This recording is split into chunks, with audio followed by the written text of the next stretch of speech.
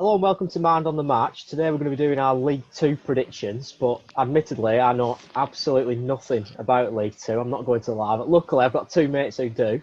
Mooney at the bottom, who's a Grimsby fan. Hello. Thank you ever so much for having me on the podcast today, Dom. No worries. And I've also got Ed, who knows everything and anything about League Two, don't you, Ed? So there's no pressure I wouldn't say that. You're putting pressure on me there. I know. And Ed, you do your own podcast as well, don't you, with somebody else? Yeah, we do. It's called D3D4. We cover League One and League Two in quite a lot of depth every week. So it'd be great to get that back underway now that football's coming back. Yeah. So I'll stick that in the bio of the video as well. A link to their podcast. So we're gonna go straight in.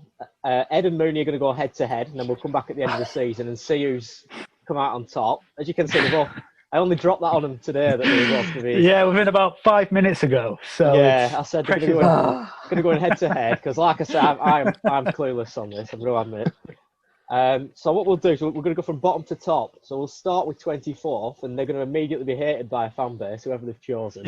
I've already got stick for this. I've said this before. So go on then, Ed. We'll start with you. Who are you going to be getting stick for? Right. Well, this is a horrible one to do because they weren't even in this division last year. I'm going with Southend United 24th. Because I think those of you who followed League One last year will know just how difficult a season they had. They had to cope with a very young squad with some experience in there, but they are a lot of promising names in there, but they just don't quite look the level of Football League standard already. They brought in Mark Mallesley from Weymouth. I love that appointment. He deserves the chance in EFL, but to be honest, he could not have picked a harder job at the moment, taking over a club that's still got severe financial difficulties, has seen a lot of players move on. And it's going to be a big, big task to keep them up. I'd hate to see them go down a second time because, to be honest, in this current climate, a relegation out of the Football League could prove fatal. But it's hard not to see it happening at the minute. Yeah, so you think they've made a good appointment then? I think it's a good thing that they're giving somebody a chance from lower league. It's a difficult one. Obviously, Sol Campbell was the last one there, and he wasn't the most successful of managers. It's not really what that needed Kevin Bond either. He deserves the chance in EFL, Mark Mallesley, after what he's done with Weymouth, getting those two back-to-back promotions. But he couldn't have picked a harder club in the EFL to go to be honest. It's a massive task for him. If he does get it, he deserves all the credit in the world for it. Yeah. Good for them as well, picking a manager from the lower league, giving him a chance. Mooney, who's bottom of your league? My bottom, and this could be a little bit controversial, maybe, but I've gone with Stevenage. Bottom. Right. I go with that is because of, to be honest, they've not really signed anybody big and impactful. In last season, they were really poor. They were really, really poor, I felt. And the only reason potentially you could say they could be in this League Two at the minute is because of the whole thing with Macclesfield. Yeah. And the fact that they had so many financial issues. And it was really unfortunate, I thought, Macclesfield going down. Because to get to where they were, potentially striving off relegation, but obviously financial impacts has come into that. I don't see things changing Stevenage-wise, personally. But hey, I could be very wrong. I could be very wrong there. But personally, after watching them last season, I just don't see them doing quite well this year. But you never know, I guess. You never know, yeah. That's Stevenage being the surprise package now, isn't it, this season? Absolutely on the book. Yeah. But yeah, I know what you mean. How did you two stand with Macclesfield?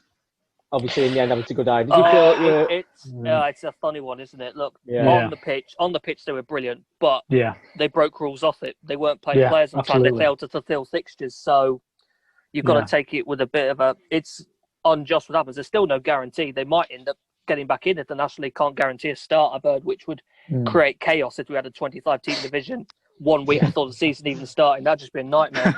But no, I do sympathise heavily with Macclesfield supporters about what happened, and I hope they can start a new campaign because their squad's been completely taken away.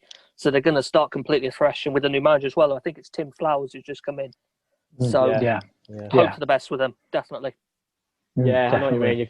If you've brought the rules, you've got to be punished. But I always feel for the supporters in them situations and the players actually who played on the pitch because they would have stayed up with that, wouldn't they? But yeah, like you say, they have to take action, don't they? Yeah. So 23rd then, Mooney. We'll switch it. We'll switch each time. Well, to be honest, I can't really say much about this team because Ed's just said it. I've gone with Southend. Right. Just purely because of the base of the way they were in League One. I don't follow League One as much, but I followed towards the end, and the way they were playing and such the young squad they've got because of the whole financial issues. It's for me, it's looking quite damning, to be honest. And the fact they've not really signed anybody, really, because of those financial issues right now. In a league like League Two, where it's highly competitive, you've got to be signing people, really. You've got to be signing top players to be on top. But obviously, they haven't been able to do that because of the whole financial issues. So, yeah, Ed said pretty much most of what I wanted to say about that. So, yeah, that's my 23rd pick, unfortunately. Right, yeah, so you're both expecting Southend to struggle then this season? Yeah, Heavily. unfortunately. Heavily. I'd never like to see teams go back-to-back, but it's very difficult not to in this current climate. It's very difficult not to. So have you got Ed, second to bottom? Oh, this one's... Well, obviously, I lived in Manchester for 4 years, and that's probably getting a clue to who it is. I've gone with Oldham. Right. This is a really sad... They have been on a decline for years now. They are. A really sad one. You know, they were founding members of the Premier League, if I seem to remember right, all those years ago, long before we were all here. But, yeah, and it's a sad loss. And I think I could see something like Macclesfield with them. I actually quite like their squad, particularly defensively, and their forward options are great. People like Zach Durnley, Danny Rowe, Conor McCanley. That's a great set of strikers to have. There's very little in midfield at the minute, and I hope they will address that. But I'm not convinced with Harry Kewell as the manager. His track record is not good. It's his first job in England since that disastrous one with Notts County a couple of years ago, where he ended up dragging them into a relegation battle when many had them going up. And they got dragged into that. And I'm not convinced he needs to prove to me that he can do the job. And then the issues off the field, even if Oldham do keep themselves afloat, I feel like we could see something like Macclesfield where they just get dragged into it to point deductions. And it's really difficult to say, but I think they could end up getting sent down again. Yeah, I know what you mean. They have been on decline for a while. Harry Kewell, weren't he Crawley manager as well at one point? He was Crawley manager, and that wasn't brilliant either, to be honest. No, that didn't go well, did it? No, so I do know the odd stuff then about League Two, which is good to say. So your Australian managers. I know my Australian managers. Yeah, that's my little forte. So in 22nd, Ed, who have you gone with? 22nd, I've gone with one of the division's new boys, Barrow. This would have been a completely different story if Barrow still had Ian Evatt as manager, because we know what to expect. They brought in such an entertaining style of football in the National League last year, and if they still had Ian Evatt in charge, they would be so much higher. Instead, they've got your favourite person, Dom, as the manager. They are. I know how much you love David Dunn, so I thought I'd bring him up again. But the fact of the matter is, David Dunn, again, like Harry Kewell, needs convincing to me. I think he had a spell at Blackpool as an interim manager last season, which was all right, wasn't particularly special. And then it's a few years since his last senior spell, which was at Oldham, which just did not end well at all.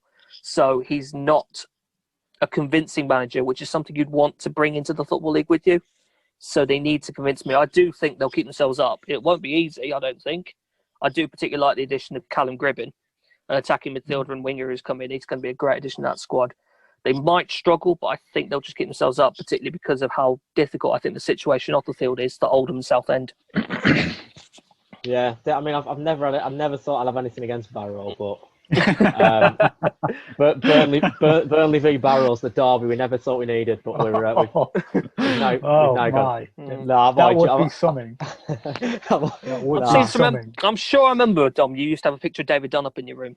I'm sure I remember that. I definitely remember you having that. I'm sure it was there. So Mooney. Let's move swiftly on. 20. Who have you got in 22nd? 22nd is maybe also a funny one, really, because I've gone with Morecambe 22nd. Yeah. Morecambe last season for me wasn't very convincing at all. They could have gone down, but they stayed up. But what with Morecambe they've signed Harry Davis, a former Town player who we know quite well. They've signed Ben Pringle as well, I believe. So they're two really good additions, but I just don't think it's enough. But I reckon from what they did last season compared to what they're going to do this season. So I reckon, unfortunately for Morecambe, I reckon it's going to be more of the same. But I don't peg them to go down, but I reckon they'll be struggling this season for sure, I reckon. Yep. There he is. It's like you just went there didn't you, for a minute. Yeah, my phone. My phone's been.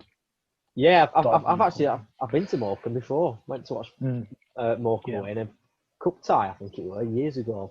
I like their stadium. It's still a Globe Arena, I'm guessing, because it is still a Globe Arena. Yeah. It was pretty new when I went. It hadn't been built long, but yeah, they're always down there, aren't they, Morecambe? They always tend to be in the mix of it, sort of thing. So you think they're going to be have another struggling season then?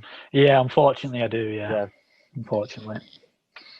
So then 20. What are we up to already? 20th. What are we up to now? Or 21st? 21st. 21st. Oh, I've already lost count. We're only 3 teams in. So 20. Who have you got in 21st, Mooney? 21st. I've gone for one of the new boys, but I've gone with Harrogate this time. Right. Yeah. I paid them to struggle quite early on, but I like what they've done with Connor Kirby coming in. I thought he shone quite well last season. So that's a really good signing for him. But I reckon, again, they've not really signed enough to try and get themselves up there, up into the top 15s, top 10s, I reckon. I reckon early on they'll struggle, but I reckon maybe later on they might pick up a little bit. But I pegged them to be 21st for now. Yeah, I think they'd take that as well, wouldn't they? The Harrogate fans this season, just staying in the league again. I don't know. Maybe I'm being harsh on them. Maybe they're more ambitious. And, I'm pessimistic now when it comes to football. But yeah. So what about you, Ed? Who have we got in 21st? 21st, I've gone with one Mooney's already mentioned. I've gone with Stevenage. Right. Look, we know what last season was like. Mooney's already explained it. It was dreadful. It was absolutely awful. And what they've been given is the mother of all second chances. I don't think I've ever known something like this where someone's had a second chance like that. And I get the feeling they're going to make it count. There's obviously a big risk with who they're bringing in. Quite a lot of unproven Football League players, but these are guys who want to prove themselves. I particularly like Ini Ethiong, the striker, who's coming as well. Potentially even Tyrone Marsh as well. It's a great couple of additions who are coming into a division they're not that familiar with. But the step up from the National League into League Two isn't that great anyway. No. It's more than most people can manage, so I'm quite hopeful with them. I like Alex Ravel as well as a manager. I think he's very ambitious. I think their centre-back pair that they can have of Scott Cuthbert and Luke Pross is going to be brilliant. That's going to be really good as well. And then they've got Jamie Cumming, who's coming in goal on loan from Chelsea, and there's a lot of hype around him, particularly from Chelsea fans, so that's hopeful there. And to be honest, they can massively improve on last season. I think they'll do it, but I don't particularly see them tearing up the league, but I think they can finish a lot harder than they were. So I've gone with 21st. Right, so you're more hopeful about them than Mooney was, though. Yes. Mooney's got them. I understand putting the 24th. I Yeah. completely get putting the 24th because there's a lot of doubt about them. But I do think it will come good, and I think that they're approaching this much better than they approached last season. So I think we'll notice that. Yeah, and like you say, even though they're not proven players, they'll be looking to prove themselves, won't they? In that league to show they can play at that level. Yes. It can be a big positive. So who's next up for you, Ed? Then in 20th? It's Mooney's favourite team, Scunthorpe. Right, yeah, Mooney's favourites. Them and Lincoln, isn't Mooney's favourite boys, Clarets. He loves the Clarets. Look, Scunthorpe, it's a tricky one with Scunthorpe. They've got Neil Cox in, who you are not going to be able to knock the passion. He's a local boy. It's his boys' club. It's the one he grew up supporting.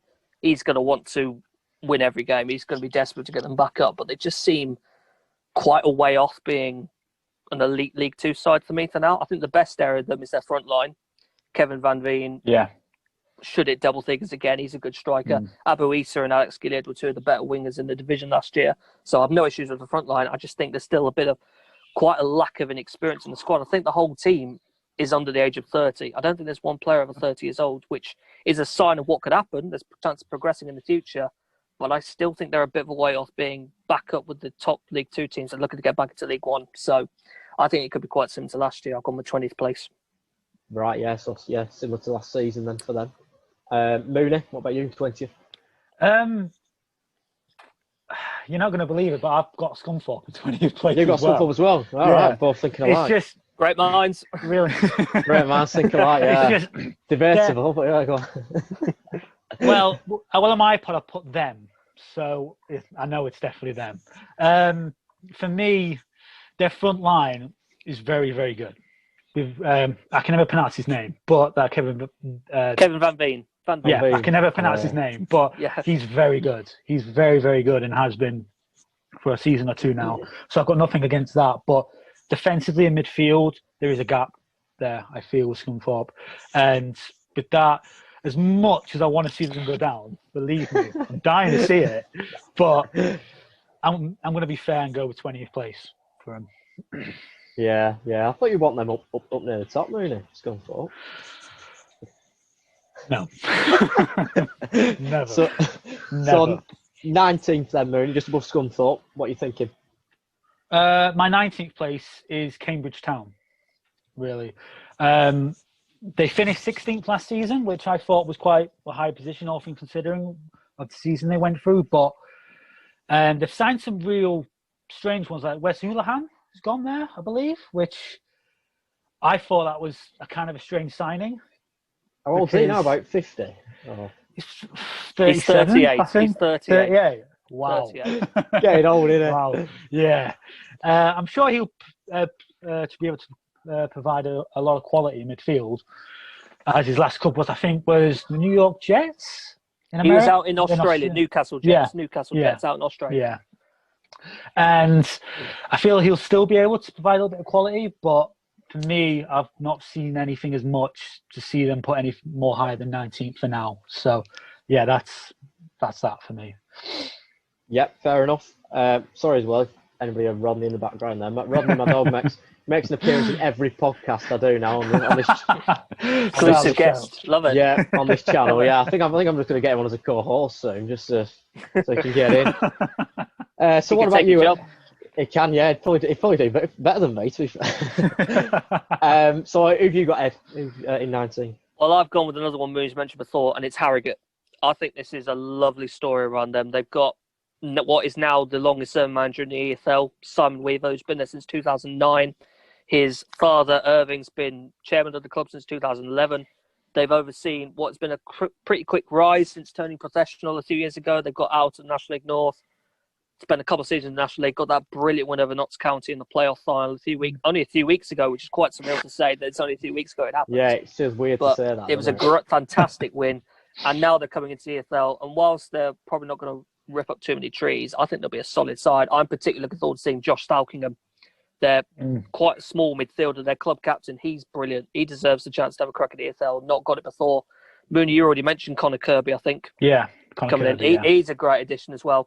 They have got John Stead up top, who's now 37, so I don't think you'll be looking at him as the 37. I don't think he'll be the main guy looking for the goals, but you've still got people like Jack Muldoon, who I like as well, who can take that spot up there. I'd imagine there's a bit more coming in, but I think they'll be relatively solid this year.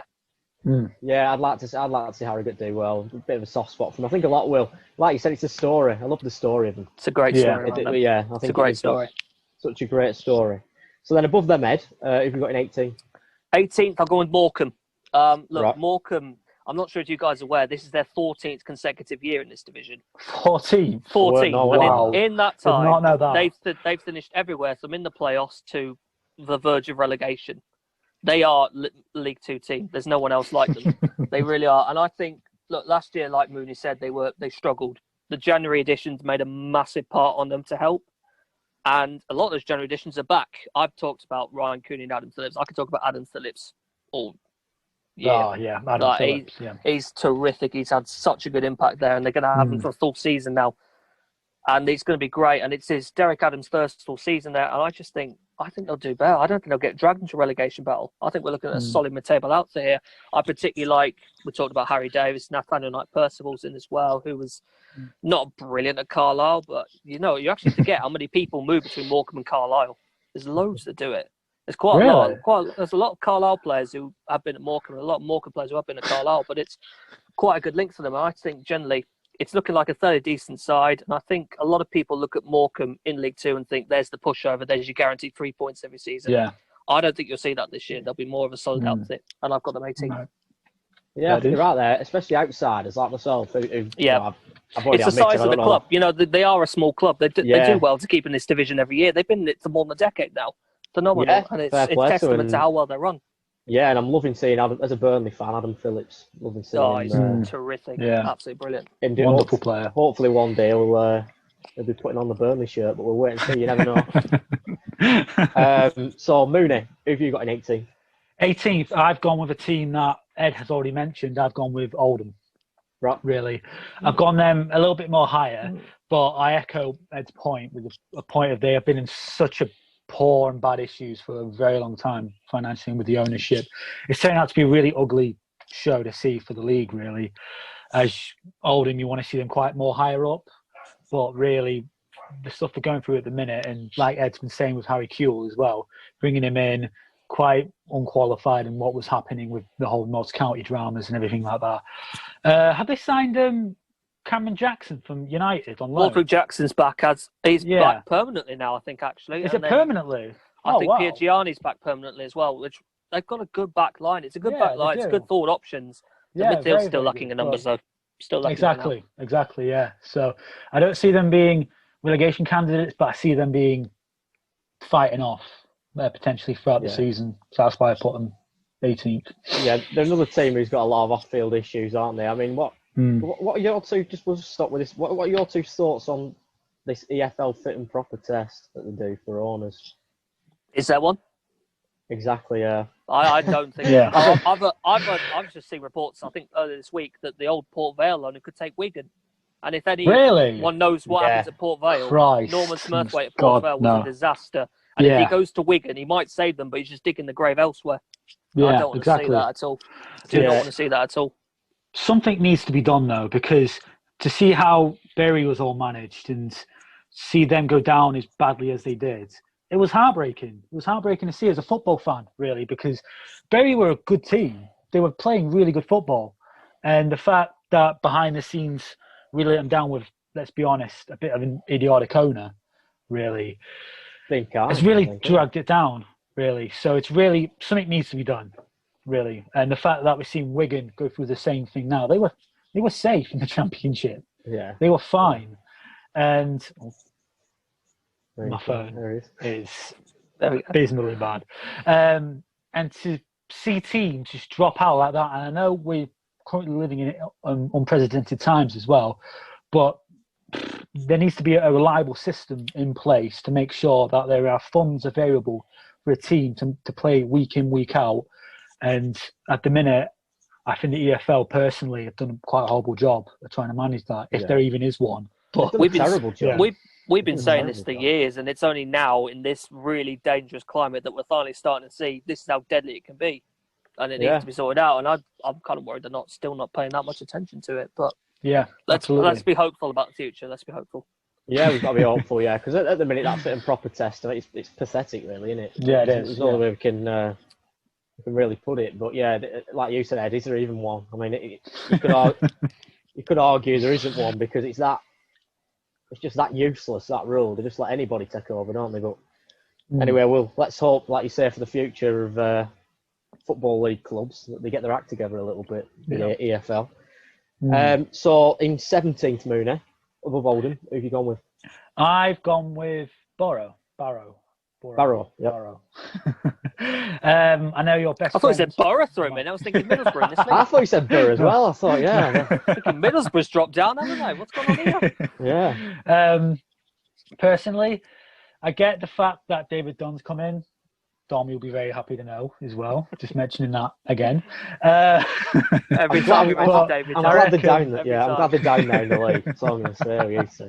I reckon they could struggle a lot this year. I really do. But I reckon it could be one of them stories where they could start off quite well, but then towards the end of the season really understand how hard this league can be. I like the signing from Carlisle. Is it Mike Jones? Mike Jones is a great addition. Yeah, I think in the centre of that midfield, 33 or 32, I believe it around was. that age. I'm not entirely around sure. that age. Not entirely sure. He had a wealth of experience in that midfield where, to be honest, it needs it, to be honest, to get into a new league from a team like Carlisle, who's been in the league quite some time. And I don't know, I just feel Barrow will do quite well to begin off with, and then they might lose a little bit towards the end of the season. But yeah, that's my pick for 17th. Can happen a lot that where in every league, can't it? A new team comes up, they start really well, and then it just peters off, doesn't it? End up. So that could well happen. What about you, Ed? 17th. 17th, I've got Newport County. Yeah. Now listen, if you're a fan of goals, Newport County games were not the place to go last season. They did have a really good defence, conceded just 39, but they only scored 32. Right. So that's such a there was a surprise as well. lot of goalless draws, and it is surprising, especially when you consider, 2 years ago they were at Wembley, about to go into League One, and were beaten by a last-minute winner from Tranmere. Exactly. And they had quite a fall-off last year, and I think a big part of that was their strike partnership. They did have Padraig Hammond alongside Jamil Matt. Jamil Matt's obviously now moved on. He's gone to Forest Green Rovers. But I feel like with Tristan Abrahams and potentially Ryan Taylor, you could recreate that front line there. Yeah. And if you can get that working, who knows with them? But I just think it's a shame because I do like Newport. I love Michael Slynn. I love the way that club works. But it's difficult. There's a doubts to me about whether they're going to be able to really power on and get back into the top 7 again. Yeah. Do you think that final could have had an effect on them these last few years?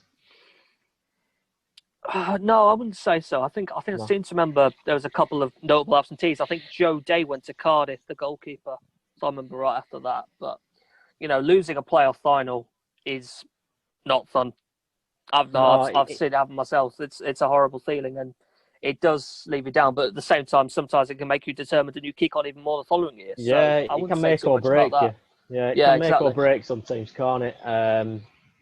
I know it's not League Two this, but Leicester, like when the Watford Saturday night was Well, I can give you one. I mean, Burton 6 years ago, Burton got beaten by Fleetwood in the League Two playoff final, kicked on next year and won the title. It can happen.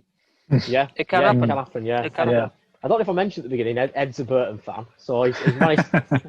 He's managed to get that in as well, so he'll be buzzing about that. Yeah, no, but yeah, that's true. So 16th, Ed. Who've you got in 16th? 16th. No, this is the iffy one. I've gone with Grimsby. Ooh. It's a tricky one. Look, I love Holloway.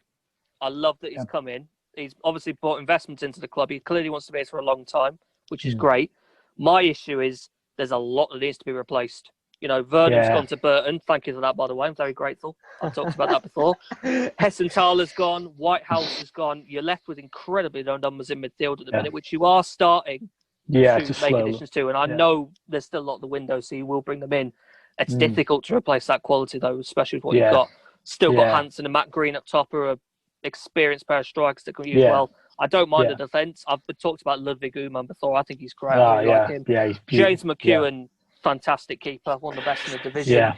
You won't shut me up about him, so don't. No, I know, exactly. You won't shut me up about him. So I've got the 16th, but it's a tricky one because you're just not entirely sure who's going to come in, and maybe, with Holloway, anything's possible. He's I'd probably argue he's the most prestigious manager in the division in terms of experience. I don't think there's one that has the track record he's got. I might be wrong on that, but no, it's a weird one with Grimsby. I have them 16th, but it wouldn't surprise me if they ended up more towards mid-table or the top half. Yeah, I love Ian Holloway. Yeah, he's just who class, doesn't love Ian Holloway? Yeah, if you don't like Ian Holloway, it's a problem, isn't it? Bristol City fans maybe don't like him, but apart from that, yeah. I think he might have took Leicester down as well there, man. That would take Kane, but okay. So what about you, Mooney? 16th? 16th, I've gone, the last 2 days they've made a big signing. And personally, I know the player quite well. I've gone with Crawley Town. Okay. And for the reason I've gone with Crawley Town is they've lost their star striker in Ollie Palmer. Ollie Palmer was with us a few years ago, and he is a target man of a striker. He gets you goals. He scores goals, and he always scores goals against Grimsby as well, which is bloody annoying. But I think the loss of that and the fact that they haven't really replaced that, it's, for me, could be a huge deal. But 2 days ago, they signed Jake Hessenthaler. So with Jake Hessenthaler, I was hoping maybe we could have got him back because he is such a quality player. I cannot apprehend and explain more how good of a player he is. The only bad thing was he got injured towards the end of the season thanks to a Simeon Jackson rugby tackle, I want to say, like 5 seconds into the game, which wasn't ideal. But for me, having Hessenthaler in the midfield there is such a huge boost for him. But I think going forward, they may not have as much. So Hessenthaler will do a lot for him, but I've put him just 16th. Yeah, I remember you angrily showing me that video. Yeah, I wasn't best pleased. Like several 5 seconds times into the game. On record. Yeah. What game was that? Sorry, it was at Bundle Park. It was the How long ago was game. It was towards the end of the season, I believe. It was want to say January time, February time. Okay. Stephen-ish. I just remember you showing me a video about this Salford incident that happened. The Salford? free kick one. The Salford one. Yeah, Jordan. Because you'd Cook, obviously been to Salford, yeah. That was Jordan Cook. less said about that, the better. Jordan Cook scored. He scored a really nice free kick, but then Matt Green got in the way of the goalkeeper and the referee ruled out. So it's complete bull, but there you go. There's been a few moments, aren't there, Mooney? We could. I could do an on show with Mooney on some gripes he's had from last season. So yeah. Oh boy. For sure. So 15th then, Mooney. What have you gone with? 15th, I've gone with Forest Green. Okay. I know this could be a wee bit controversial, but I just feel Forest Green for me. I don't know. They've signed Jamil Matt, which is obviously a big signing. He did quite well at Newport, and he can get goals. And they've signed Elliot Whitehouse from us as well, which again isn't ideal for us because he's a very good player, very hard worker. But I don't know. I just don't see them kicking on as much as they have been doing the last few seasons. I believe they finished 9th or 10th last season. Their collapse last season was abysmal. Yeah. 3 wins in the last 18 games. Exactly. They were in automatic promotion heading into Christmas. Yeah. Didn't even make the playoffs. Madness. It was madness. Collapse was abysmal. Truly awful. There's always one team in there though who does that every season. There's just a collapse in there. And last season it was Forest Green's turn. Calamitous. So what about you, Ed? 15th. 15th. This is similar to Mooney. I've gone with Crawley Town. A month ago, I loved this side. And then they lost Palmer to Wimbledon. They lost Panucci Kamara to Plymouth, who's a guy I really like. And then just recently, Bez Labala's gone to Blackpool. And that's 3 of their better players. Did you forget about Labala? Yeah, I've completely forgot about that. He's made the move recently. And okay. John Yems thrown them into an outfit that was so difficult to get through. They were so solid at the back and then had that real threat at the top with Nadazan and Palmer. I do think Ricky Germain can take that spot alongside Nadazan. Form a decent front 2 there. Obviously, Hessenthaler's coming to midfield, which would be great for them as well, alongside Danny Bowman, who is still going strong. Outside the barking. Who's still going strong, at the age of 41. He's probably going to keep playing until he's in his 70s because of how fit he is, but keep going with that. Yeah. They've still got some decent wingers, people like Reece Gregor Cox, Nathaniel George. Hopefully they'll get someone into the Bez Labala as well to replace them. Yeah. But I think to improve on last season, those 3 absences are going to be noticed, and it's a difficult ask for them. I've got the 15th, but this side of the league. That's my interference. Nice little package there. This section of the league here, I could see all finishing within about 5-6 points of each other. It's going to be a very tight middle of the table, I reckon. So I've got them 15th. Right. Yep. And then everyone's trying to get in on the act today. Sorry about that. I know. My other dog started barking. My dad's coming. I'm just waiting for just my mum and my sister are left now. They'll probably come in at some point. So anyway, so then on to 14th. Ed, who have you got just ahead of Crawley? Oh, these guys could easily interchange with them and Crawley. I've gone with Leyton Orient. Last season was an emotional one, obviously, because of what happened with this terrible passing of Justin Edinburgh before the season began, and the whole season was a tribute, and I think they did really well. They really gave them an honourable performance. I never really looked at them and thought they were going to get dragged into any kind of relegation battle, so that's really good. They haven't really signed anyone yet. They brought Osanu Cisse back in permanently, but he was there last season. He's a good addition to midfield. I'm really excited about Real Sotirio coming through up front. Cypriot Youth International, their exciting striker, could be the man for the goals if none of the others really turn up. You've also got Dan Happer in defence and Jordan Maguire drew out on the wings. It's a nice little side there. And generally, they're just a solid little outfit. I think it'll be quite similar to last season. They could maybe improve on last season's finish, but I would expect somewhere around mid-table again, and I'm hoping they can bring a couple more people in as well. Yeah, that was sad last season. That just never seems like such a fit bloke, weren't he as well? And it just shows, doesn't it? You don't know what's going to happen. Yeah, it was terrible. Like you said, he did brilliantly, didn't he, last season? After that had happened. So, what about you, Mooney, in 14? Believe it or not, I've gone Leyton Orient. Believe it or not, I really. There you go. See, yeah. I really like the fact they brought Cisse in on a permanent loan because he impressed me last season. To be honest, he really quite impressed me in the centre on that midfield. But I really like Ross Embleton now. I really like Ross Embleton, and I could be wrong with 14th. I was toying with myself to put them a You've wee said bit that more about every higher up. position, haven't you? But well, it took me a while to try and do this Liz, because it's like, it's not hard, easy, isn't is it? it? It's not No, easy. it's hard. Yeah, it's Especially not. when you get to the middle It's of the not. table. It's always difficult when you reach that point. God, yeah. And for me, I've gone 14th as a safe bet, but I can see them being a little bit more higher up towards the end of the season. But I've gone 14th, and Ed's pretty much explained most of my reasons as well. I do kind of wonder with Orient, because they've made so little business, I wonder if they could be a bit left behind by others. Just because everyone else has made so many changes, we could see Orient maybe left behind because their squad's quite similar to what it was, but it's a good squad. Yeah, it's a good little squad they've got. Yeah. So both pretty solid positions for Leyton Orient then, safe in the middle, we're thinking. So 13th, Mooney, last place of the bottom half of the table. What we're thinking? For 13th, I've gone with Newport County. Right. And Ed's pretty much banged on the head, really. The goals last season was not ideal. It really was not. But maybe goals last season. So that's what it was. That was the main issue.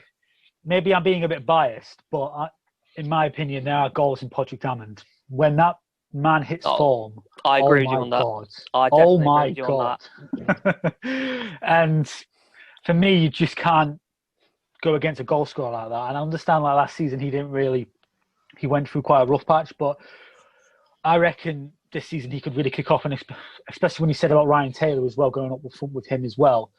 I reckon them two can form such a really good partnership with each other, as much as him and Jamil Matt did.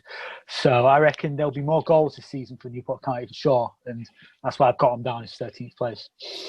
Yeah, as well with strikers, a lot of it's about confidence, isn't it? So if he can get a good run together and gain some momentum, he could have a better season last year. What about you, Ed? Last place on the bottom half of the table. What are you thinking? I've gone with Cambridge, and I've talked to a lot of people about this, and I seem to be anyone who likes Cambridge. I think there's a really nicely balanced squad there. You've got Mackenzie Lyle, I think it is, who's just come in as a goalkeeper, which probably means one of Callum Burton or Dimitar Maitov's coming out. Those two were really close competition for each other last year. At the back, you've got Harry Darling, who's a 20-year-old centre-back. He's coming through. He's definitely one to keep an eye on as well. Mark Bonner had such a good bounce with this team last year. They got him the permanent job. It was 4 consecutive wins, which basically said, right, you can take the job here. And he should lead them through again. And there's been an issue about goals. I think Paul Mullin takes that spot for me. I think Paul Mullin and Jeremy Ironside isn't the best front line in the division, but it's a good one anyway. And I think that will get amongst the goals. And then you've got Andrew Dallas and Harvey Nibbs coming through as young strikers as well. And then we've mentioned Wes Houlihan. Like, he is quality still. Yeah. When he plays, you will notice he's there. However, I don't think he plays a lot. No, he had a really big knee issue at his last club, which could carry through again. You're probably going to see him. I was thinking of like a sort of secret weapon for the Cambridge this season, that they've got that option if they need it. Let's get Wes Houlihan on because he can make an impact, and you will notice that. But I would not expect him to be playing 38, 40 games this season. I would not expect it at all. He will be the one. If they see him on the team sheet, I'm sure opposition fans will go, oh boy, here we go. But I would not expect him to be in the starting 11 every week at all. But he's a good weapon to have, even if they only have him for a season. I think he will notice his quality. Yeah, I think he'll be good in the dressing room as well for the other players. Yeah, he will definitely. He might be older than the manager. I'm not sure old Mark Bonner is. What? He might be. I'm not sure on that. Don't count me on that. I think there's some age. I'm not entirely sure.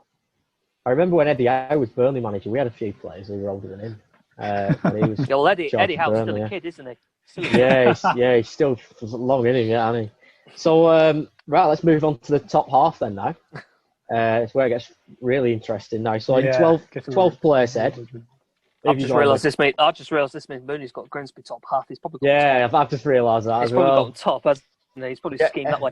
Right, 12th, I'm going with a club, and I hate to put them in. I'm going with Bradford. Okay. They just do not inspire me one bit. No. I really don't. Like, Bradford City are one of the biggest clubs in this division easily, but I just don't have a lot of confidence in them. Look, they had the whole saga around Johan Doyle last season, which was a mess. Oh, God, yeah. The fact that Johan Doyle, because being treated by Bradford fans as a waste of space, so you let him go on loads to Swindon, and he does what he did. Yeah, He scores 25 incredible goals and wins. Incredible. So, and then the same with James Vaughan as well. You let him go. He's now gone permanent to Tranmere as well. And he should be great for them as well. And they're left with Clayton Donaldson, who's now 37, I think. Really getting on. You've got Lee Novak, who's all right at this level, and Curtis Guthrie's all right. They're not the three strikers I'd want to be taking to League One with me. No. So that kind of thing. I think there's a couple of decent parts of the team. I really like Connor Wood, the left back. He's very good. Ben Richards-Everton's been good at centre back as well. Elliot Watts, who's a central midfielder who's come in from Wolves, having been at Carlisle last season. He's going to be really good to watch. They've got rid of quite a lot of the deadwood from last season because their midfield was full of it last year. A lot of players that just did not live up to the level that they hoped they would. And Stu McCall's in. You can't knock him for his passion. He's going to want to do well with them, but they just look a way off being back up the top. And I hate to say it, but I just think Bradford are going to have another mediocre season. Yeah, don't like to say it because Bradford are a big club and they shouldn't be in this division anyway. But no, absolutely I'm just not inspired by them. They just really don't motivate me. Another club who's declined. Another big club who's declined, aren't they? Really, Bradford, former Premier League club, aren't they? So, what about you, Mooney? For 12th place, I have gone Carlisle for P12. Let's be honest, they didn't really have a good season last season at all. But I don't know why, but I just feel the signing of Gavin Riley. Is it Riley? Riley, I believe. Gavin Riley, yeah. Gavin Riley, yeah, from Bristol Rovers. I don't know. I think he's going to do quite well. When I saw that transfer go through, I thought, I don't know. I just feel he could have a really good season this season and could be the thing that Carlisle needs because last season, for me, they were quite poor, finishing, I believe, 19th or 18th, one of the two.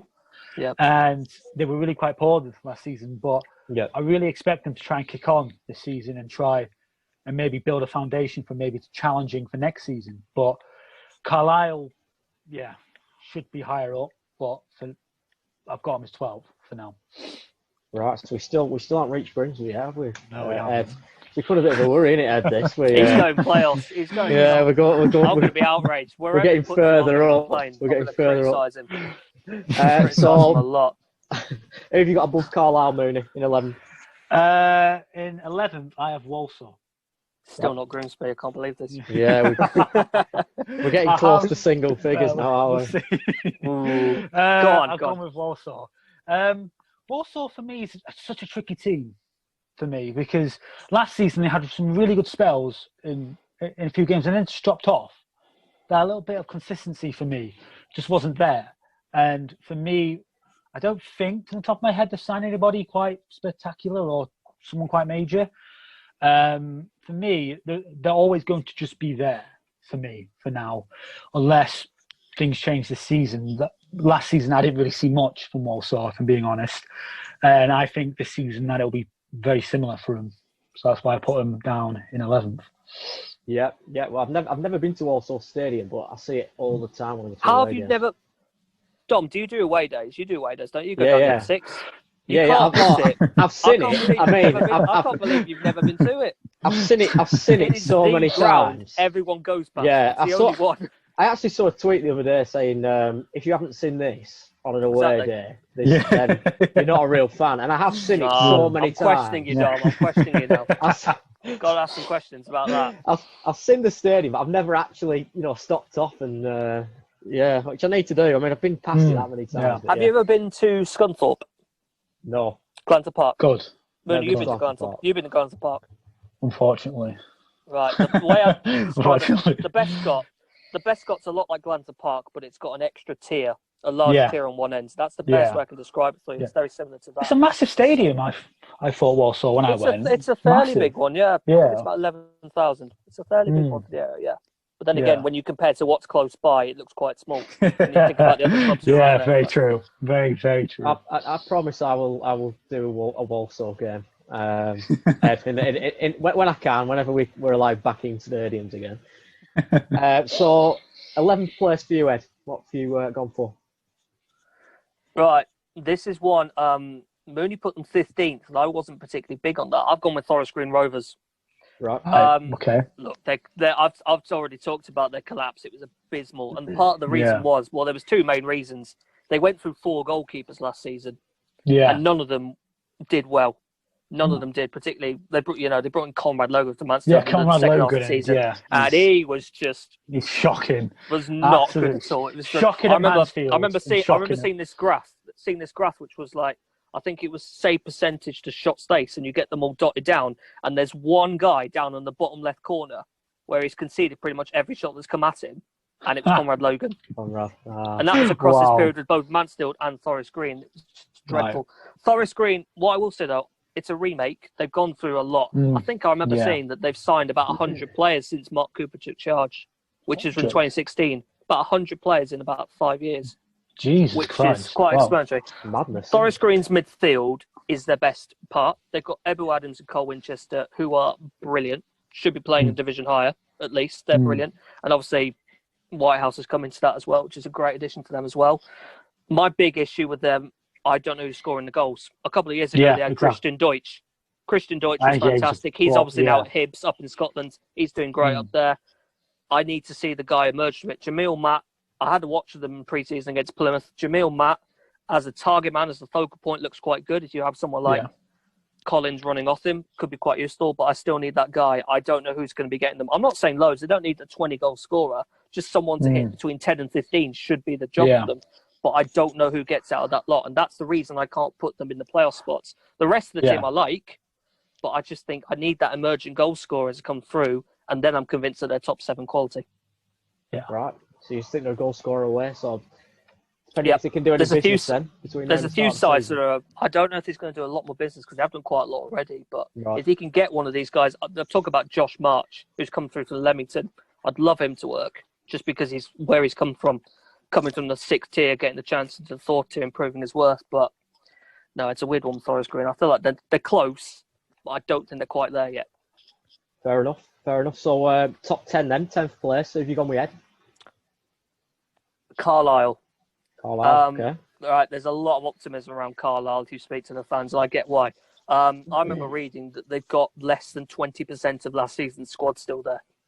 They've gone with a really major squad overhaul there, and it's a lot of encouraging business. You've talked about Gavin Riley. I personally think Joshua Coyote coming in from Rotherham is going to be a great one. Of course, he was excellent at the back end of last season. Didn't get to play a lot of games because obviously the season ended early. But he's going to be great there back now for another full year. And just more solid additions like that. Keep an eye on Aaron Hayden as well, 23-year-old centre-back. Jared Branthwaite, you may have seen, obviously moved to Everton around January time. He'll probably start getting games to Everton, which would be great to see. Aaron Hayden is the next one in that lot. Keep an eye on him. Used to be at Wolves. He's got vice-captaincy this year, going to be great. Paul Tharman's coming in goal. He was brilliant at Stevenage and didn't deserve to have the season he had last year. And generally, I think it's just a solid side. The only issue I've got with Carlisle is when you bring in this many people, and you see it a lot, a club goes and brings in a load of players, and everyone looks at them and goes, here they go, they're going to do this. It doesn't work that quick. You've got to take time for them all to gel together and get used to playing with one another. And maybe you only see the effects until 12 months afterwards. So Carlisle, that's my doubt with them, whether they gel in time. If they do, they're going to be a dark horse this season. So keep an eye on them. Yeah, that's a fair point. You never know how quickly they're going to gel together, and if they do, as you say, I remember. Do you remember a few years ago? Do you remember a few years ago when Everton did it? They brought in Davy Klassen. Did Sigurdsson come in that year? Same year Rooney came in. They did a massive overhaul. People, and a lot of people thought Everton were going to kick on chance to the top 6. I think they ended up 8th, 9th that year, was it? It takes time for it to happen.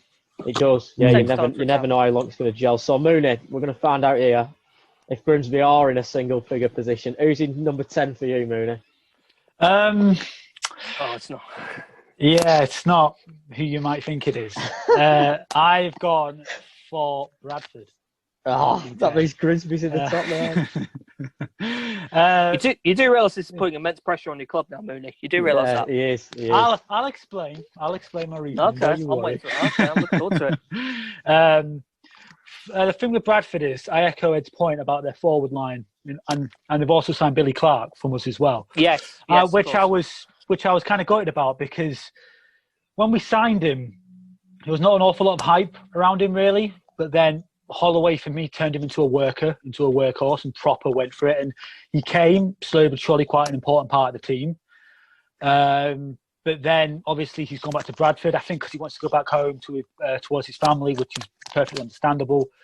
But But I saw the reaction of Bradford fans on social media regarding that signing, and they're not so positive about it, which really surprised me because... Yeah, remember they weren't so positive about Johan Doyle. Sorry. That's very true. That's very true. Be careful with what they say. That's what and I say.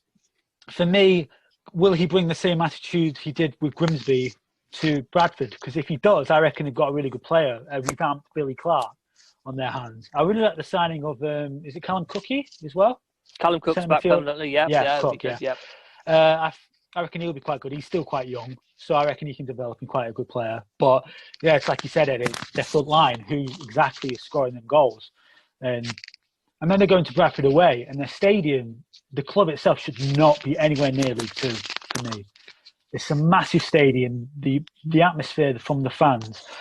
It's a team that should not be in League Two. Well, you got to remember, Bradford, long before us, but Bradford had first division history a long time ago, didn't they? A lot of history in that club. Yeah, so for me to see them in League Two still is mind-blowing, really. And the fact I put them 10th, the only reason why I put them 10th is because of the forward line. I just don't know who exactly will be scoring them goals for them. But, I mean, we'll see. I could be very wrong. The forward line could turn into masterclass. We don't know. But for now, from what I see on paper, I put them 10th for now. Yeah, if it's going to happen anywhere that strikers are going to come to, it's going to be at Bradford, isn't it, with their fans. I don't think we'll see any big scouts, any big future scouts coming out of Bradford City anytime soon, because every time they need to write someone off, they go and do quite well, don't they? But... So, Mooney, have we got in ninth? In ninth place, I have got Port Vale. Right. Really. There's been a bit of drama with Port Vale with the signing of Theo Robinson, really, because we wanted to try and sign him, but apparently there was a clause in his contract where if the virus ever were to come back, then the pay would go down, but he refused it and Port Vale offered more, which is a shame because I really value Theo Robinson. I really think he's a goal scorer and I really think he'll do really quite well for Port Vale. They've also signed, I can't remember his first name, but Rodney from Salford. Devante Rodney. Yeah.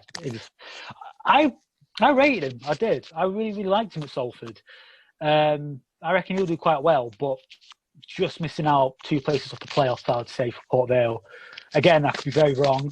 They could absolutely ball it and Theo Robinson can go on a mad streak, but I've got him 9th for now. Right, it's just, a couple of places off the playoffs. So what about you, Ed, in 9th? 9th is a tricky one. These lot now, I all expect to be pushing for it. And I'll maybe even include Carlisle in this as well. I've gone with Colchester in 9th. Last season, I loved their squad. It was so nicely balanced from front to back, particularly that first 11, really good. And obviously, they had the unfortunate absences where they couldn't pick people like Ryan Jackson, Luke Prosser, Frank Newell and Brandon Comley, and they've all had to move on to other clubs. And I've no doubt they're going to do well at those clubs as well. And there's doubts about whether they can really replace those people. But what I will say is, I don't think there's a better club in this division for developing players. Possibly Exeter I'd maybe look at as well. But Colchester's youth system is first class, and you see it. You know, their under 23s, I'm pretty sure competes. Is it in the same one as Burnley, Dom? Do you know? Is it in the same division as Burnley's? I don't know. It's in a similar one. It's in a similar. I know it's in the same division to Crewe, which speaks loads because you know what Crewe's all about with developing players. Yeah. They are really good developing players. They brought in Tommy Smith coming as a centre back, who should be great. They've got Miles Welks-Hayes, who used to be at Macclesfield. I really like him. I think he could take that right back spot potentially. You've still got Harry Pell in midfield. You've still got Ben Stevenson in midfield. Got Luke Gambin, who can play slightly to the forwards around the wings. I'm really excited about Kwame Poku, who, if you don't know who that is, you're going to in the next couple of years. Because he is a wonderful attacking player. Plays out wide, attacking midfield. Really likes to express himself with that left foot. Will take on opponents, score goals. You're going to see him have protective and kick on from last year. My big issue with Colchester, similar to Forest Green, they've got one striker, Luke Norris. They've got one centre forward at the minute, who I think scored 9 last season, and he's okay. But he did not score as many as Robinson. I don't think he scored as many as Newell did last year either. So those are some absences, and if they can get another striker or two in who are proven, they could kick on and have another playoff finish similar to last year. But I still think it's a solid squad. Maybe it just needs a bit more depth in the forward positions. Yeah. I love it when they bring players through.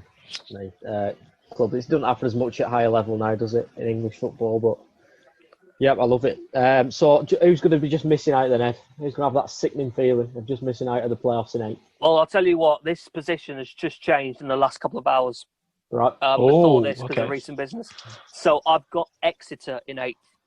Right. Exeter, look, Exeter will happily take anywhere apart from 4th to 7th because they do not want playoffs anymore. 3 of the last, I know they hate me saying it, but 3 of the last 4 years they've gone to Wembley and lost everyone.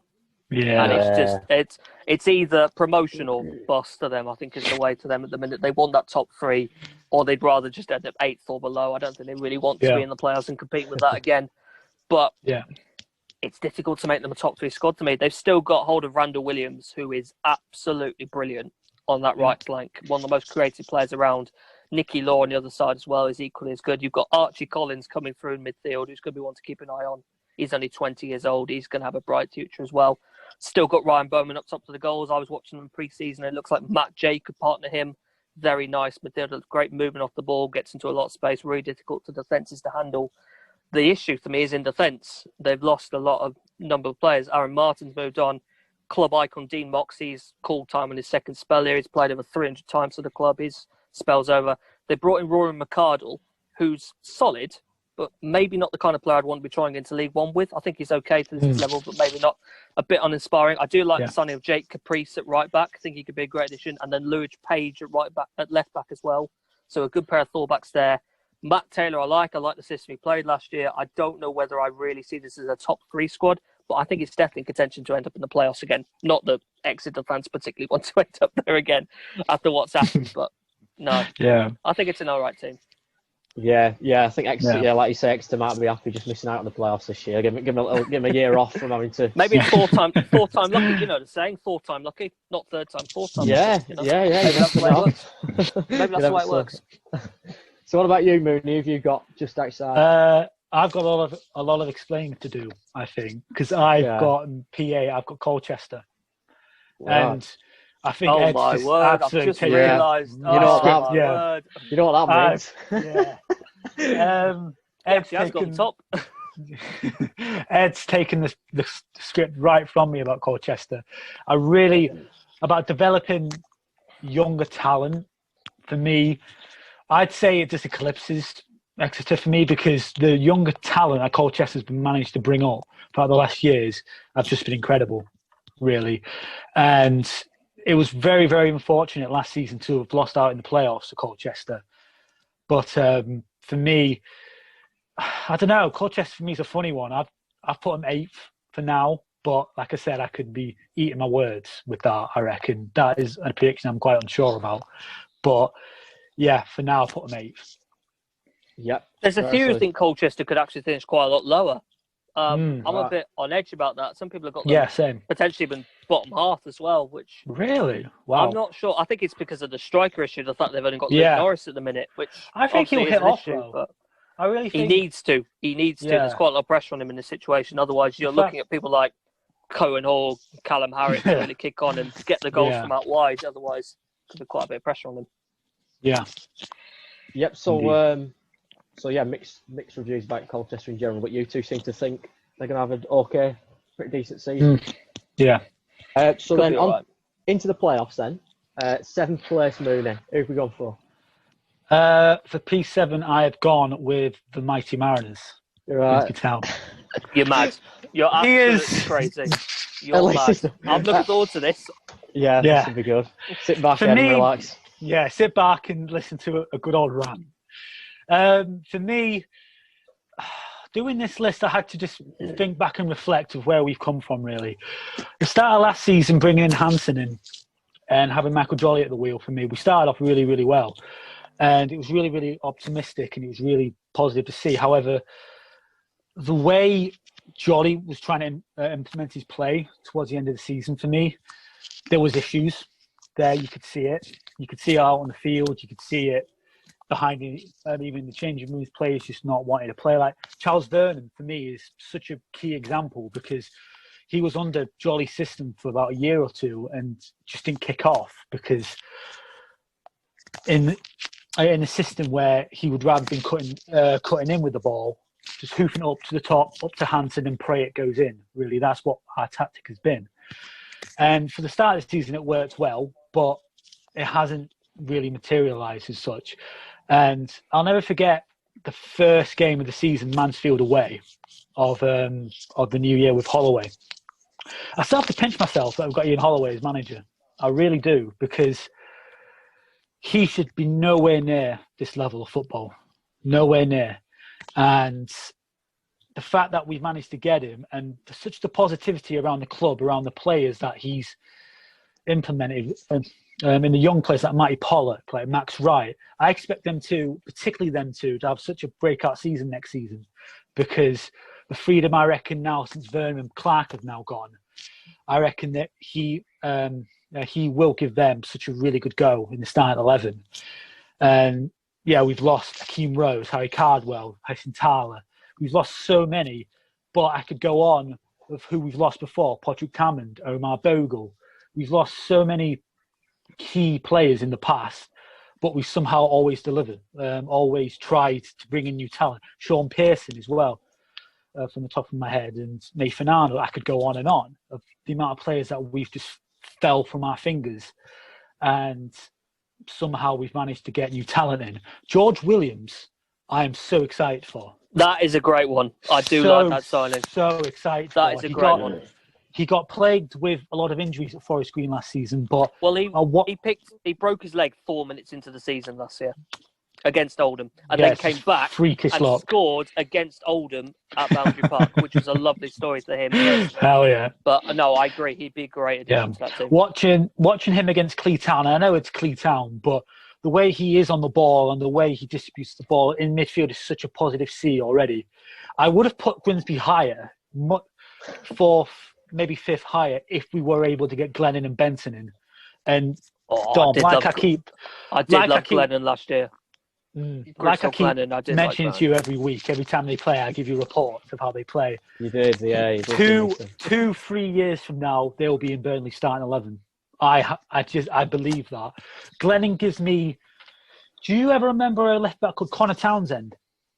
Yes, was he West Brom? No. West Brom, yes. Yeah.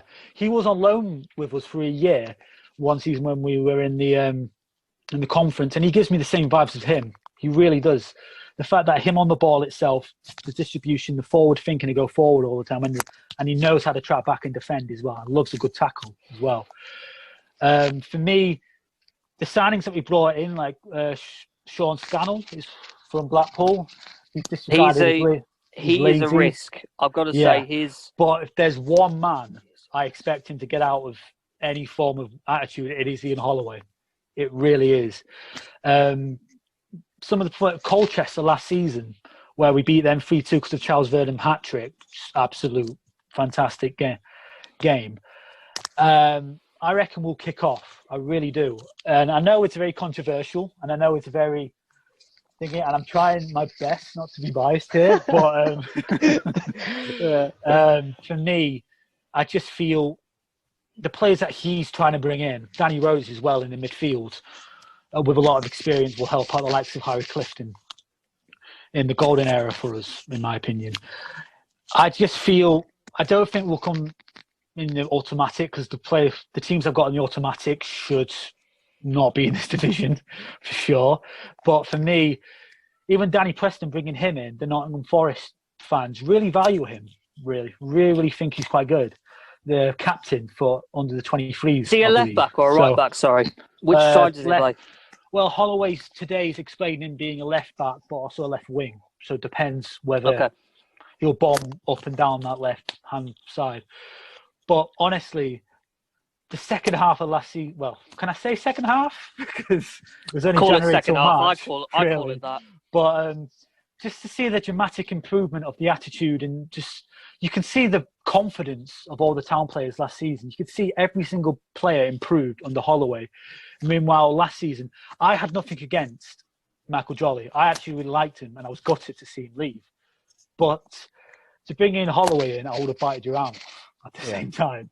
Yeah. So just to see that positivity on the pitch, and the fact that he's getting complete control of the signs that he wants to bring in, I just have to have faith. I really have to have faith in him. And you think he could be that lift then to get you into the playoffs? Honestly, I do. Talking to some of the Guernsey fans and just being around the stadium when we were allowed, it just felt the fans, the manager, everyone just united as one and just completely going for it. But especially that 2-0 win over Scunny, oh my God. That did wonders for me, by the way. But for me, I see Guernsey going really, really high. Maybe I put them a wee bit too high, but maybe it's a bit of optimism creeping in there. But for now, I've put them 7th. And yeah. To be fair, the higher we were going up, I was thinking I think put them top. You've talked the talk. I do agree that, like with Holloway, anything really is possible. Anything can happen, I do think he is the most experienced and biggest reputation manager in that division out of all of them.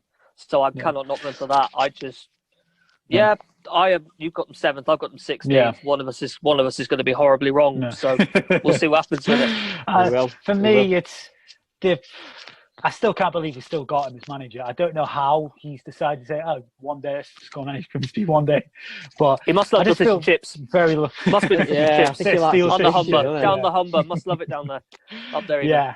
I expect big things because just with the manager. If we had probably anybody else, I'd be a little bit more hesitant. But then again, it's the signings that we could bring in. We could have brought, who knows, we could have brought in. We brought Hansen in with Jolly, and that's been one hell of a book call. So we'll see. We'll see with that. Like I said, maybe I'm being really a bit optimistic with this, but yeah, I've gone with them for 7th. Right. So, you made some fair points, you fair then, really, on Holloway. Holloway's, you never know in Holloway, do we? What rabbit he can fly at the bag. So what about you, Ed? 7th place, first place, what have you gone with? 7th place, I've gone, and this is, like I said, it has literally changed probably about 20 minutes before we started this call. Walsall. Right. Because I have been writing up my season preview for this club. And when I got to the Walsall section, I said I wanted a goalkeeper in to compete with Liam Roberts. I wanted a good quality right back in, and I wanted a good quality right winger to complement Wes McDonald on the left. They've just done those 3 signings today. And now I'm looking at that squad and thinking, right, we've got something potentially very good here. Yeah. I still have a bit of doubt about central midfield. Liam Kinsella is going to be great. He's so reliable, such an icon to that club, such a useful player. I love Stuart Sinclair, and I do rate Danny Guthrie for ability, but they were so injury-prone last year, you were never quite sure if they were going to start or not. If those 2 can get on it, this is a really, really good squad that they've got here with Liam Roberts in goal. I love Elijah Adebayo. I think he really complements Zach Gordon as a front 2. That's a really good pair there.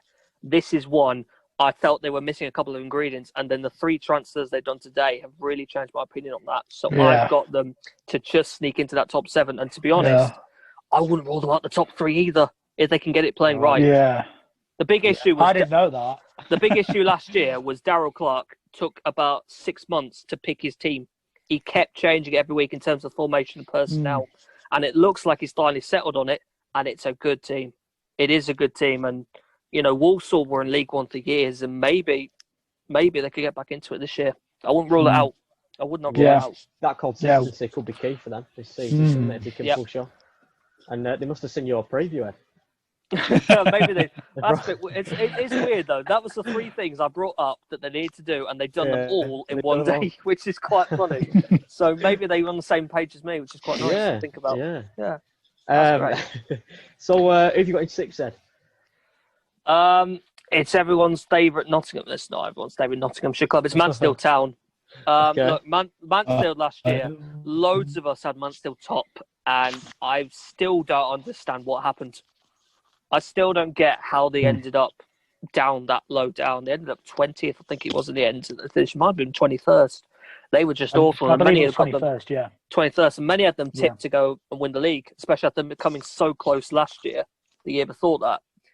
And they've done another squad overhaul, which obviously, like I said, with Carlisle means you've got a bit of doubt about whether they gel in time. Yep. But I just think they're not going to make the same mistakes as last year. I don't have them top 3 because I think there's better squads than them out there. But I do like the team. I've talked before about the arrival of Theron Rawson, centre back who was at Forest Green. He's a very good player, 23 years old, got a lot in him.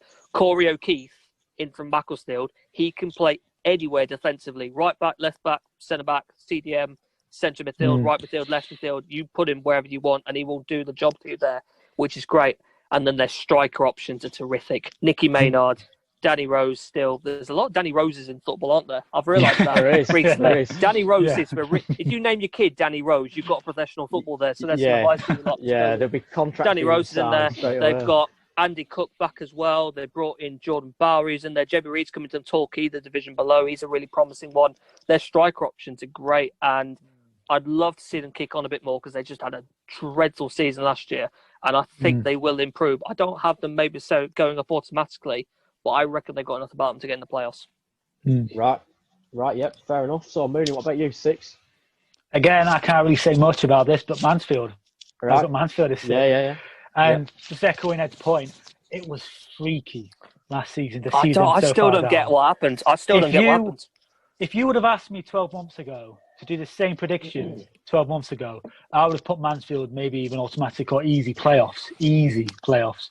But the fact they ended up, I think, 21st, and even going to watch them live away, they were not leaps and bounds of a team that we thought they were, which is freaky. But like we've Ed said, their strike partnership this year, Maynard especially, oh my God. Quality level. Quality. What I would say about Mansfield, I don't like that back three they're using. I don't like that back three that Graham Cotton's using. I know he might use it. He's obviously brought Ollie Clark in as well from Bristol Rovers, who he's very familiar with. And Roland Munagisi as well, actually, was a centre-back with him. So that could be all right. Yeah. I'm not big on the back three. Maybe you could get it to work this year, but I still think maybe with a change of formation, they could be really good. Yeah, absolutely. So both very similar on Mansfield then. Maybe we're similar on this one as well. A miles better season than last year. More similar than Grimsby anyway. Weren't you there? So. Definitely. So who have you got in 5th, Mooney? In 5th, and they won't like me saying it, but I've gone Exeter City again to just be on that playoffs. And I think Ed's just stroked it on the head. The amount of times they've been on the playoffs these last recent years, and they've just missed out. It's whiskers away. If I had to potentially put a little bit of money on it, I would maybe tip them to go up in the playoffs because they need to. It's about damn time. It's about time. I think the quality in their team is still there. I really do. And I think they'll be in playoffs contention. And if they don't win the playoffs this year, they never will. I don't think they ever will. I think they were saying that last year, to be honest with you. So I think they're still a really top team who will be in the playoffs, but I've just got them for 5th for now. Right, yeah. That's it. So Exeter fans will thank you, Mooney. Another season getting to Wembley and getting beat again. No, I'm joking. What about you, Ed? 5th place. Right, I've gone with Salford City. Right.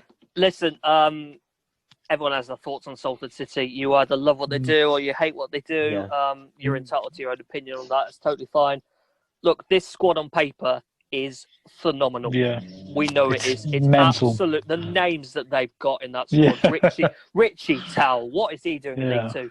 What is that all about? That is ridiculous. And then they go and they brought in, I'm going to get this name right, Vaclav Hladecki, who's coming from St Mirren as their goalkeeper. Yes, that should be an upgrade on what they had last season. That was the area. I didn't really think Salford needed to bring in that much last year, just another goalkeeper, and they've done that. They still need another one, I think, to play backup to him or give him competition. But generally, it's such a good squad. I love Ivo Toure, their left back, Gambian. He's a very good player. Keep an eye on him. He's going to go higher at the league. Then you've got Brandon Thomas Asante as well on the wing. Very exciting winger. And then they bring in Ian Henderson from Rochdale. Who is, I know, right? What the hell? I'm pretty sure I remember saying no one scored more League One goals in the last 10 years than Ian Henderson. So you go and bring him to a League Two club. Yeah, exactly. Which is just brilliant. He'll be great. My issue with Salford is I think Graham Alexander can get better football out of that club. I watched them last season. They are a very direct side, so the club that they've got and the players that they've got, they could play so much better than they do. And there's a lot of teams in League Two that are comfortable. You play direct against us, we'll happily deal with that. We've got no issues there. So I still feel that is what could stop them being top 3. I definitely think they're going to make playoffs. In fact, if they don't, I think Alexander should lose his job. With that squad. If they don't make the playoffs, that is terrible. If they don't make that. After a year of consolidation last year, I know the bookmakers had them to go up last year, and I think they do again this year, just because of the power of their squad, and I get that. But if they don't make the top 7, it's massive disappointment. I still think they might just end up in the playoffs because I just think they're a bit too predictable with that direct style, and too many teams are going to be able to stop them. Yeah. And that was what might hold them off. But, you know, with the quality of the squad that they've got, people like Tom Elliott as well, who I haven't even mentioned yet, as a striker option, they should be going up this year. They really should be in League One next year. Alexander could be in trouble, couldn't he, if he don't... Yep. They give him they give him a season last year for consolidation. I think it was Burnley. He used to be Burnley player, didn't he? He was, yeah. He was the penalty master, wasn't he? Yeah. Oh, he was brilliant. I think he only didn't miss many penalties in his career. I don't think he missed any for Burnley. Well, I was watching the Salford game. I watched was when they played Newport. It was semi-finals of the EFL Trophy. It went to penalties. You knew that moment, right? It's a Graham Alexander team against the Michael Flynn team on penalties. You know who's winning this. It's Graham Alexander, because he will have got every single one of them masters at it, and they did win the shootout. So no, that was But that's my doubt with Salford. It's Graham Alexander and football. I think he can play better football with them, but the squad is just phenomenal. We know what that squad is. So, what about 4th place, Ed? What have you gone with? 4th place, I'm sticking in the Northwest, and I'm going with Tranmere Rovers. Okay. This is a good one, because I do like the Tranmere squad. They are so hard done by last year. They really did with the PPG tables. You can't help but sympathise. They were, they're in the relegation zone for a long time, but they really could. I remember the next 2 fixtures were against the 2 sides above them in the table, and they were coming off the back of 2 straight wins. The momentum was there. The effort was there. They could have stayed up. Maybe they could have stayed up. You can't be 100% certain, of course. Had the season played out, there's a lot of ifs and buts about this whole every league season, to be honest, apart from the Premier League and the Championship. But I do like this Tranmere team. I think my big issue with them is it's not Mickey Mellon anymore. You know, that team from a couple of years ago isn't the same as well. James Norwood's obviously now at Ipswich, but apparently it might be living Ipswich, which, stepping aside, I think is a stupid idea. I would not get rid of James Norwood as I'm Ipswich Town, but that's their decision.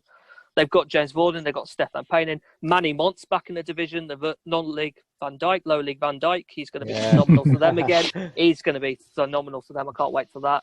Corey Blackett-Taylor, I thought was really good last year. They've still got Holden Morgan Therry on the other side. Jake Spearing's coming to the club.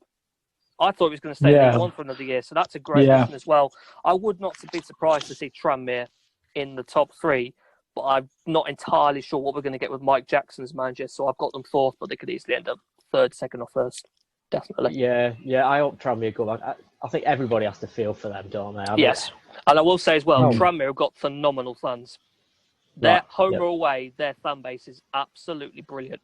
I do love Tranmere games. You know they are so passionate around there. Yeah. Brilliant fan base. Fingers crossed for the fans and the whole club can definitely get back where they deserve to be in League One. So what about you? What about you, Mooney? In 4th? Who have we gone with? In 4th place, just missing out on the automatics, I've got Salford. Right. Again, it's echoing, really much echoing Ed's point, really. I don't see them being automatic. Salford, for me, are such a tricky team, but like Ed said, the amount of signings they brought is just absolutely ridiculous. How Ian Henderson is in League Two. And I believe this is Tom Clark from Preston. Well. Oh, yeah. What the hell is he doing there? I think we should start calling them the North. I think we should start calling them Northwest All Stars, because they're bringing in one player from every club. Are they brought in a Burnley player? Yeah. I think there's a Burnley. Well, they've got a Burnley manager, haven't they? They've got a Burnley manager. Get a player in from every Northwest club and put them in Salford City. And you've got the Northwest All Stars. That's pretty much what they are, really, to be honest, with the way that they're going. So, for me, that team on paper is not a League Two team at all. It really is not. It's absolutely incredible. But can Graham Alexander mould a team out of that? Can he mould a team spirit? Can he mould something, a style of play that can be intimidating to go to? Like, you want to be intimidated to go to the Salford City ground and to see this certain type of football. And for the last few years, even watching them in the conference, even watching them last year, it just hasn't been there. It just hasn't really been there to see.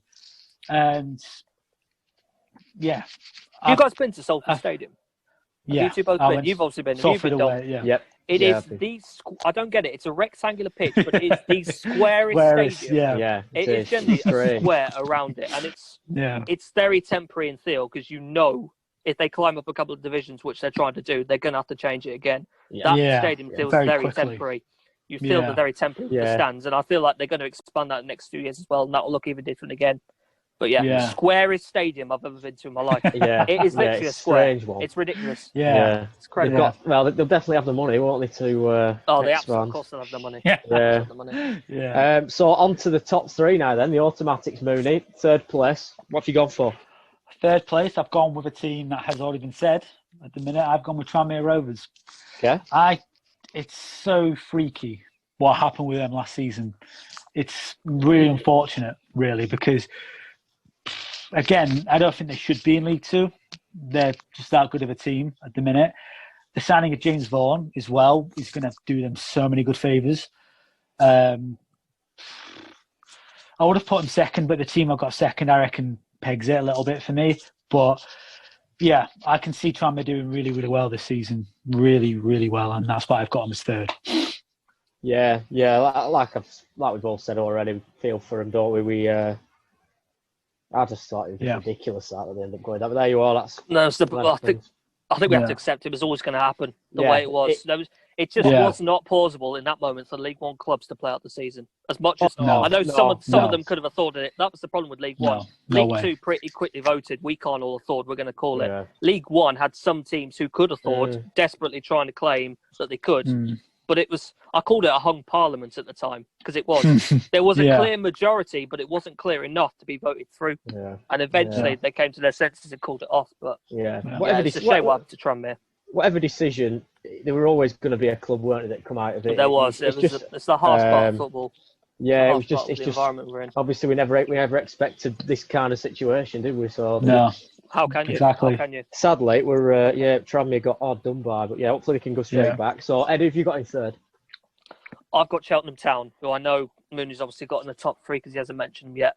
Yeah, top Cheltenham. Two, Cheltenham. Well, we could talk. Well, Dom's going to be happy because we're talking about Michael Duff, so he's already he loves it already. Look, Michael Duff's side last year were phenomenal, and there's a strong argument that had the campaign played out, they would have nicked a top three spot. They were in such good form before the season ended, and I had them down to win the playoffs. And if it wasn't for that complete capitulation against Northampton in the second leg, they probably would be in League One right now. They're such a good squad, and the core of that team is still there. They were built around an absolutely brilliant defence and conceded just 27 goals. Keeper's still there. You've got Josh Griffiths who's coming from West Brom who could easily take that spot as well. Still got Charlie Ragland, still got Ben Tozer, still got Will Boyle. That's a brilliant back line. Ryan Broom to Peterborough is a loss, because I love him. He was absolutely brilliant last year. But they've still got Connor Thomas, still got Chris Clement. Liam Sercombe's come in who I think could fill that role. Luke Varney's obviously gone. He's left. He's gone back to Burton Albion. But in Andy Williams, I think he can fill that role. And Alfie May, who was so explosive with his impact in the back end of last season. And now he's going to get a full campaign of it. And I just think the core of that squad that was so good last year is still there. And having just missed out on promotion last time, I think they're going to kick on and earn top three. So I've got them to go up. Yeah, I'd love it on a personal level. With Michael Duff being in charge, I'd love it if he could get up. Do you think he shows any attributes he's probably learnt from Deitch or not? I wouldn't say they're as direct as Deitch was. I think they're built. I think they're kind of the what do we call it at Burnley? The sort of the way you close down the space so that shots are only really central positions. I can see that with Cheltenham. Oh, like the low block. Low block. That's it. They're so rigid defensively. It's so difficult to get through them with that system. And I haven't even mentioned the wing backs, Chris Hussey and Sean Long, who are just a brilliant pair. I'd argue they're the best player in the league. Right. Certainly last season. I'd still say this season they are the best pair of wing backs in the league. They are brilliant crossers, but also commit so well to the defensive phase. That whole team is so well structured, and the core of it's still there. So I just think they'll carry on to last season and go up. Yeah, hopefully that won't have affected them too much, that capitulation in the second leg last year. So, second place, Ed. Have you got runners up? Second place, and this is the one I wasn't particularly happy with Mooney putting them ninth. I've gone Port Vale. Yeah. Right. Yeah. So that's a big difference. Thinking about that now, yeah. Which means I've got top, but we'll get on to Port that later. Vale Look, Port Vale for me was... Port Vale last season they'd won the battle before they'd already got the season underway with Norman Smurthwaite coming out and the Shanahans coming in. And I remember putting them 21st where I thought, yeah, they've got them low down, but I don't think they'll be dragging the relegation battle. They'll be safe. They ended up 8th. They were a point outside the playoffs. They've selflessly voted to end the campaign because they just knew no clubs were able to do it. Yeah. And with Cheltenham, the core of that squad that was so good last year is still there, and they've added more. I would argue this is the most complete squad in the division. So even though I've got them second, I think they could actually win the league if the guys I've got top don't commit and don't gel in time. The squad's so good. You mentioned Rodney, you mentioned Theo Robinson. Combine them with Mark Cullen and Tom Pope. They can go whatever approach they want. They can go with whatever approach to a game they want. If they want to play direct, they can play direct. If they want to play progressive, they can do that as well. Want to get in behind, they can do that. You brought in David Fitzpatrick at left back, Zach Mills at right back. You've still got the core of Legg, Nathan Smith and Scott Brown, who are phenomenal. That midfield three of Conlon Burgess and Luke Joyce is still there as well. Still got David Worrell, who is such an underrated player at this level. He's an absolutely brilliant winger. Should be playing a lot higher. And I really think Port Vale, after finishing 8th last year, can forget about the playoffs. And I reckon they should be going to the top 3, and I reckon they can get it. Right, so that's a big difference between you two. Yeah. So. Yes, Port Vale, yeah. I reckon if I'm going to be horribly wrong about one team, I reckon it's going to be Port Vale. It's going to be Port Vale. Because... I did a little article recently for a website where I looked at their style of play, and I tried to find faults in it, and it was really difficult to pick faults in it. I'd argue maybe the only one I really had was that their left back, Christian Montano, is very attack-minded, so you can get caught out. There's so few faults with that team. They're so nicely balanced in the quality from front to back, and I really think this is one of the best sides in the division, and I'd expect them to be going up. Right, fair enough. We'll see. We'll see who's right at the end of the season. Come the end of the season, then. So Mooney, your runners up. I think me and Ed have gone for the same winner with this because I've gone Cheltenham Town. Yeah, I've gone Cheltenham Town. Last season was so unfortunate. Just one place off automatic, and style of football they're playing, the team they've got. If you would have asked me Christmas who's going up, Cheltenham Town would have been the name on my lips for sure, because you couldn't really stop them. Really, you couldn't really stop them in that freak accident in the playoffs. But then again, this is football. This is football. I like what they've done. They've brought in, is it Liam Sercombe? Liam Sercombe, yeah. Sercombe. From Bristol Rovers. He'll do quite well. I reckon he'll fit in quite well. But they've lost the Burton guy who's gone, like Luke Varney. Is it Luke Varney? Luke Varney, yeah. Luke Varney. Yeah. I thought it was a weird one. Age 37 going back to Burton. I think he's come in as a player coach. He's a model professional. He really is the kind of guy you want in the team. For example, I don't expect him to be leading the line next season. I think KM as well, but that's another story. Yeah. But no, it's nice. Yeah. It's nice to have him back because he is a model professional. It's great to see him there. I reckon Cheltenham should have gone up last season, and I reckon that'll fuel them, really make them motivated and make them more oomph for it for the season. And I reckon that'll push them forward, and that's why I've got them second place. Fair enough. So after all this, you've both ended up with and you've both got the same champions though. So let's be honest, it should be. Yeah, so your champions are. And if it's not, there's something badly wrong. All the ingredients, it's Bolton Wanderers, to those of you who aren't probably aware of it all. Wanderers, Bolton, I've read this up, it's their first time in the fourth tier since 87-88. What? They finished third. They finished third that year. Went straight back up. You know, this side. I can still remember them being in Europe. Yeah, I can still remember them being in Europe. 2006. Yeah, exactly. Nicholas Anelka, Ivan Campo, JJ Kocher. What is this club doing in the fourth tier? Yeah. They had a really unfortunate year last year. the goalkeeper. They had such a difficult campaign last year, which they never recovered from, and they're back in the fourth tier. And let's be honest, they should go straight back up because they are. Yeah. Shouldn't be in this division anyway. The only doubt with them is, they've had a major squad overhaul. Yeah. And when you bring in that many people, it does take time for them all to gel. But everything's the talent. Yoan Doyle, Anthony Sarcevic, Reece Greenidge, who's coming as well. I think it's one to keep an eye on as well. It's a shame about Dennis Politic, who's out injured for the season. He could have really been exciting this season. Yeah. And then with Ian Everett as well, in his style of football that he played with Barrett, he recreates that with Bolton. This is going to be a fun team if they can get it right. Oh, hell yeah. Yeah. They've got experience all up and down the field because they've signed Alex Batiste as well. Alex Baptiste, and especially him as a rock in that defence. And they brought Billy Crellin in as well from Fleetwood Town. Which is a bit weird. You would never think Bolton Wanderers signing a player on loan from Fleetwood. That's something. That's a weird sentence, isn't it? Yeah, it's a weird sentence, but it's what football is nowadays. Yes, they'll be great. I think. Look, Bolton have got all the ingredients. I've spoken about Johan Doyle before. You have got the person. My only real doubt is with Doyle. Doyle obviously got 25 last season. He was phenomenal. What you need to do with Johan Doyle is just let him go where he wants. You just tell him, you go and do your thing. If you're going to try and use him as a focal point, as a target man, you have completely wasted your time with this deal. That's my big concern with Johan Doyle. I feel like Evert's going to be smart enough to use him properly. And if he does, you're getting another 20 goals out of him because he loves this division. Easy. And then you've got Sarcevic behind him as well, back up in the Northwest. I really thought he was going to Salford because he said he was going back up in the Northwest. It looked like Salford. They've got him, and he was brilliant to Plymouth last season, and he'll be brilliant again in this division. He really should be in League One. Yeah. It'll be great. Can't wait to watch him. Yeah, I don't think there'll be many people who haven't got them as champions before the season. We mentioned there is a bit of doubt with them, obviously, because it's a very new squad.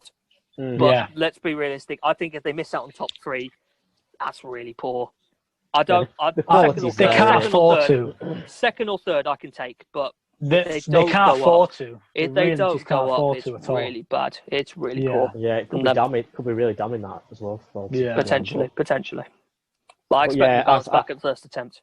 Yeah, absolutely. Yeah, I can see that as well. Completely agree.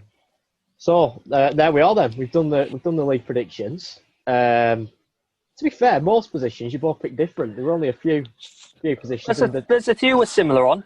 Aren't we? The big difference. You know what? Your Grimsby one at first was quite ambitious. Then you started going, and I'm starting to think, you've got a point. You've got a point with it. You've got a point with it. Yeah, you have got a point with it. Grimsby was definitely one of the biggest differences. And Port Vale. Port Vale's.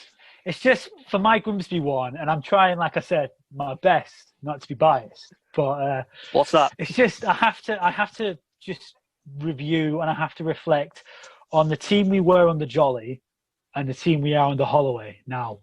And under Jolly, we had a lot of highlights. Obviously, he had a lot of work to do, and for me, he doesn't get the respect that he deserves, Michael Jolly, because without Michael Jolly, we would be in the conference. I think after the Slade massacre that he did to us. Oh, it was Russell Slade before that, wasn't it? Yeah. Yeah, absolute nightmare. So he needs a lot more respect because a lot of town fans wanted him out, and for me, I felt that was wrong. But the style of play that we had under Jolly and the style of play we have under Holloway now, I just think we are going to do quite well this season. If we are below table, I'll be very, very surprised. My only issue with Grimsby, and this is the reason I've got them 16th, is you've got to go with what's currently there. I agree that there could be a top 7 squad made there, but we haven't seen it yet. They have brought in a couple of people. There's still a lot of the window left, obviously, but replacing Vernon, replacing Whitehouse, replacing Hessenthaler, that's a big ask. It's a big ask to do that. The two, Vernon and Hessenthaler, for me, are the two big blows for me, for sure, because Vernon... I do like Danny Rose. That's a really encouraging sign. Yeah, Danny Rose in midfield. And Hessenthaler, I was adamant we were going to try and get him back, because to let that quality just slip from our fingers like that, I was adamant we were trying to get him back. And then 2 days ago, the announcement is, damn it. But Crawley've got one hell of a player, though. And I just feel Holloway, even at his first game, like I said, against Mansfield, you saw the differences straight away. And that was only the first few days of training. And he's such a lovable guy, isn't he? He's such a lovely guy. You don't want to be on the wrong end of Holloway, that's for sure. So I reckon the team are going to buck up and fight for it. So that's why I got them 7th. And Port Vale were one of the teams I was really, conflicted with, because for me last season, I was kind of just reviewing on it on last season compared to this season. And I still think they'll finish just behind the playoffs, but hey, I could be hella wrong. And if I'm wrong, I'll hold my hands up and say, yeah, I absolutely got that one wrong. But yeah, it's just what I've got on the books at the minute. Yeah, well, I've got them all wrote down, so we'll see at the end of the season. I'm obviously, I'm hoping that you've got some terribly wrong, both of you. But, Oh, thanks. Well, The confidence boost there. Yeah, Love it. yeah, we'll end it on that little confidence boost from me. So yeah, cheers, Ed, and cheers, Mooney, for coming on. Well, thank you ever so much for inviting me, my friend. Thank you ever so much. Really enjoyed that. Like I said, I'll put Ed's the podcast studio Ed as well in the bio as well, so you can check their podcast out as well. So yeah, thanks for joining us, and we'll be back again up to the build-up of the season with League One, Championship, and Premier League as well later on this week with some other people. So see you soon.